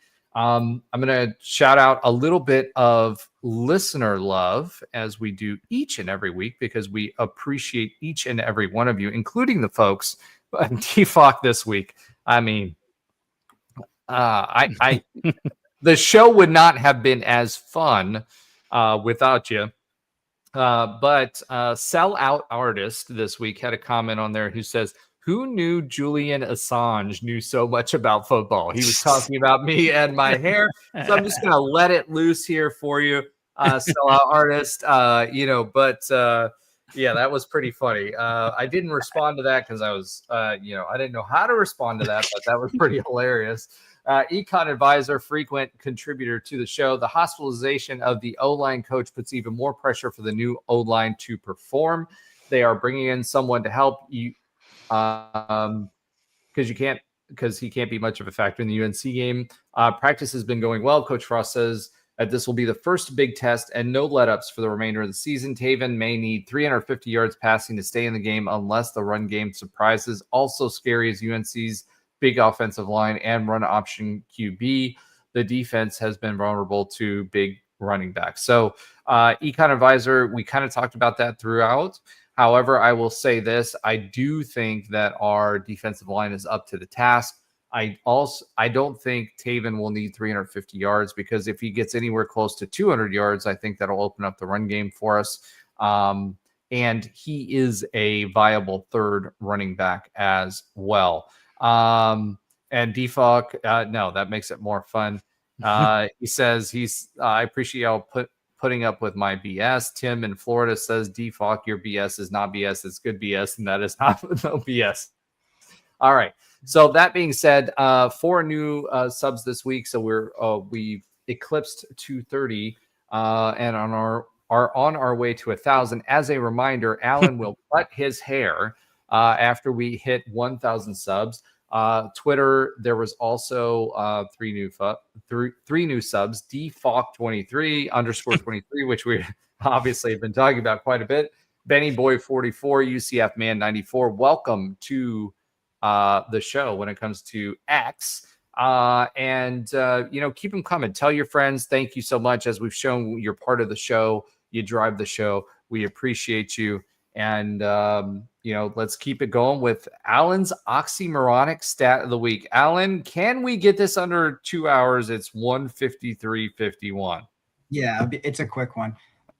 Supposed to do it 2 weeks ago, but then lost the connection. And then last week I wasn't on. So But because of the bye week, it's still relevant. So against Jacksonville State, UCF had 314 passing yards. The last time that UCF had 300 passing yards in a game before the Jack State game was September 16th of 2023 against Villanova. So they didn't have a single 300-yard passing game all of last season. And the last time it happened against a Power 5 school, because that was Villanova, the last time against a Power 5 was September 19th of 2020 in the COVID season opener against Georgia Tech with Dylan Gabriel. So it's been 5 years since we've thrown 300 passing yards against a Power 5. That's crazy. And Dylan Gabriel scored his first touchdown in Garbage Town in the NFL. And Garbage Town, I mean that because it's Cleveland. That works too. I didn't mean garbage time. I said that on purpose because it's Cleveland, and I'm a Cincinnati fan. So I wanted to make sure I pointed that out. All right, Josh, let's go ahead and swim it to your sometimes funny fact of the week. Take it away. We've got less than 5 minutes. I'll do my best. According to Winspedia, who has more weeks in the AP poll in the lifetime of their football program, UNC or UCF? Ooh, I'll say that's UCF. got to be close. I'm going to say UCF as well for the football program. Not basketball. I mean, UNC's been, obviously not basketball. UNC's been around a lot longer. They were never good at football, but they had that run under Mac Brown. I'm gonna say UNC marginally though. Okay, so amazingly enough, this will give it away. UNC has only had 7 weeks in the AP poll in the entire existence of their football program.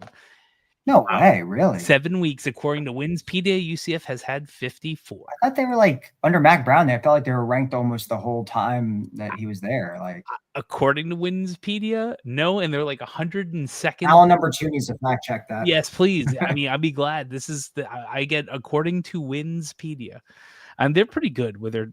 No, they're pretty good. No, Winspedia is good for sure.